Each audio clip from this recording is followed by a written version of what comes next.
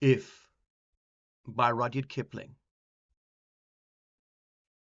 If you can keep your head when all about you are losing theirs and blaming it on you, if you can trust yourself when all men doubt you, but make allowance for their doubting too, if you can wait and not be tired by waiting or being lied about, don't deal in lies, or being hated, don't give way to hating, and yet don't look too good nor talk too wise. If you can dream and not make dreams your master, if you can think and not make thoughts your aim, if you can meet with triumph and disaster and treat those two impostors just the same, if you can bear to hear the truth you've spoken, twisted by knaves to make a trap for fools, or watch the things you gave your life to broken, and stoop and build 'em up with worn-out tools. If you can make one heap of all your winnings, and risk it on one turn of pitch and toss, and lose, and start again at your beginnings, and never breathe a word about your loss.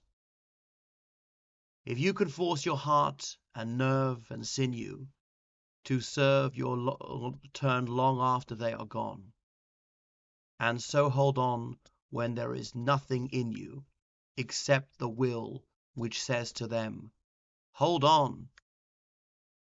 If you can talk with crowds and keep your virtue, or walk with kings, nor lose the common touch, if neither foes nor loving friends can hurt you, if all men count with you, but none too much, if you can fill the unforgiving minute with 60 seconds worth of distance run, yours is the earth and everything that's in it, and, which is more, you'll be a man, my son. Well, that is a very celebrated poem by Rudyard Kipling, the British poet born in Mumbai, India, who died in 1936. So one of his best loved poems, If, and perhaps that's why there's that sort of 1960s film about a public boarding school entitled If. So it keeps repeating if you can do all these things, and these extraordinary difficult things, I suppose, about the ideal man, and often capable of doing opposites. So if you can keep your head, as in if you don't panic when everything's going wrong and everyone's blaming you for things going wrong, now that would be an incredibly difficult thing, not to be frightened and despairing, and imagine being unfairly blamed for the disaster. So try and keep your nerve. So he's writing this at the height of imperialism, when British men were supposed to be macho, valiant, and so on, honourable, or sometimes rather dishonourable. And right at the end, it's my son, dedicated to his only son, John, who actually went missing in action in the First World War. You should read his poem about it. My Boy Jack. See the film about it. My Boy Jack, starring Daniel Radcliffe. So, and he's asking if you can trust yourself when all men doubt you. If everybody says you're wrong, you're quite like to say, maybe I am wrong. But no, trust yourself. But you have to make allowance for their doubting too. So don't be overconfident. Don't be too sure of yourself, because you've obviously got to accept the possibility that you are mistaken, and everybody else is more likely to be right than you are, just one individual. So this is trying to strike the balance. Is an almost impossible balance to strike. So nobody can possibly live up to these standards that he's setting, but if you can at least strive towards them, you will have achieved an awful lot. Or being lied about, don't deal in lies. Imagine somebody went around telling nasty lies to ruin your reputation. It'd be very tempting to hit back by spreading malicious rumors about somebody else. But you've got to rise above it and be completely honest and honorable. Or being hated, don't give way to hating. Well, it'd be very, very difficult not to hate them back. So he's demanding these really impossible, superhuman virtues, and yet don't look too good nor talk too wise. So perhaps you shouldn't show off dress too finely, or be too conceited, or patronizing, even if you achieve these very high moral standards. You notice it's in four stanzas, all very regular, with a regular rhyme scheme. Look at the first few lines: you, to. So A, and then waiting, lies, waiting rhymes with hating, and lies with wise. So A, BC. Yeah. But there does the rhyme scheme is not quite the same later on. And think of the meter of it. I'll read a bit to overemphasize the meter, as in the rhythm of the syllables. If you can keep your head when all about you are losing theirs and blaming it on you, if you can trust yourself when all men doubt you, and make allowance for their doubting too. So you see the syllables go stressed, unstressed, stressed, unstressed, stressed, unstressed. So it gives a sense of regularity, of control, of discipline. And these are the virtues he's striving to inculcate into his readers. And so it goes on. If you can dream and not make dreams your master, because you should have aspirations, otherwise your life will be very drab and you won't accomplish very much if you're completely lacking in ambition. On the other hand, you mustn't be too airy fairy and totally unrealistic by being a dreamer, and just never getting on to achieve things. You've got to consider the art of the possible. All right. So it's no bit good trying to achieve something that you can never ever achieve. Like if you're no good at science, don't try to be a doctor.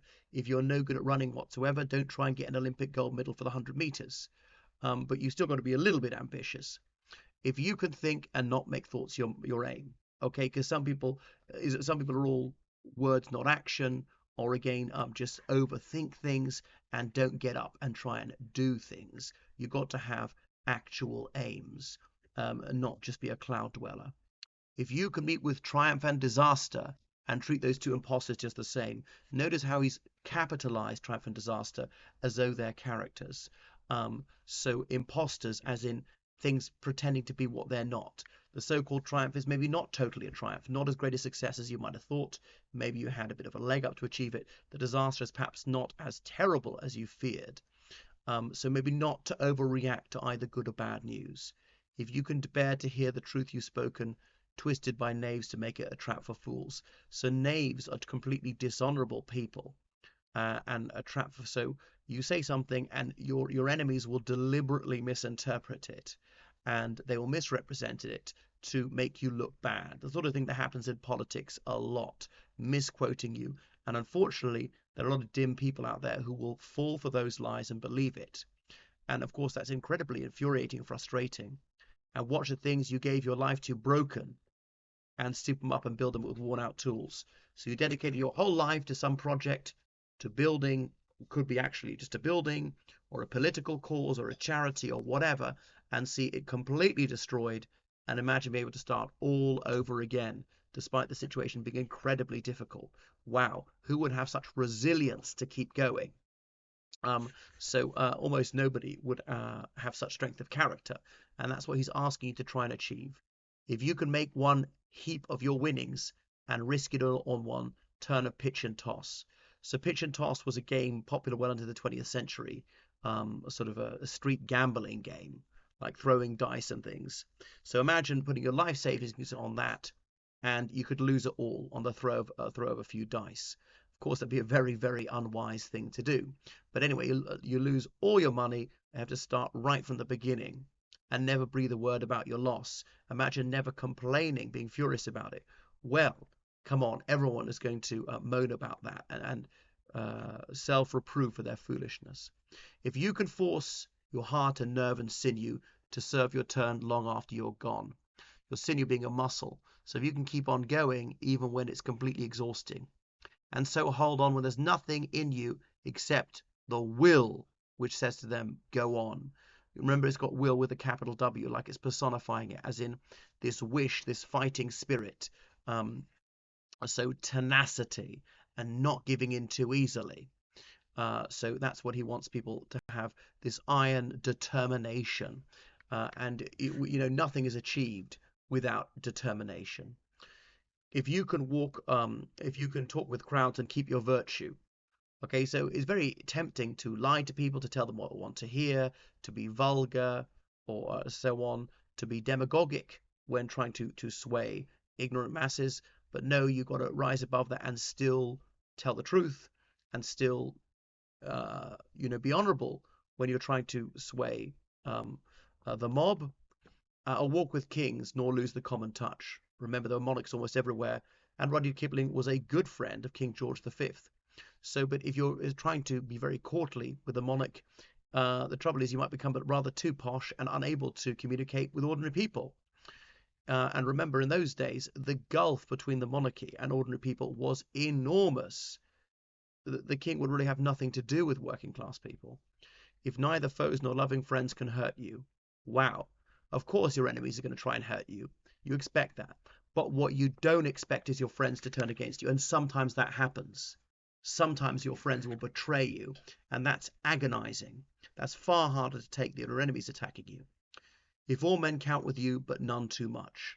Of course, and you should value all people are equal. But if you're too fond of somebody, you might pay too much heed to what one person thinks. If you have favorites, then that's unfair, then you're vulnerable. So come on, everyone's going to have friends, everyone's going to have favorites.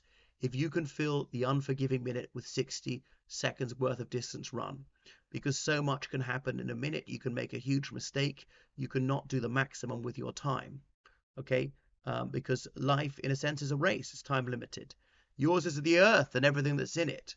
So if you can do all these impossible things, you will rule the world.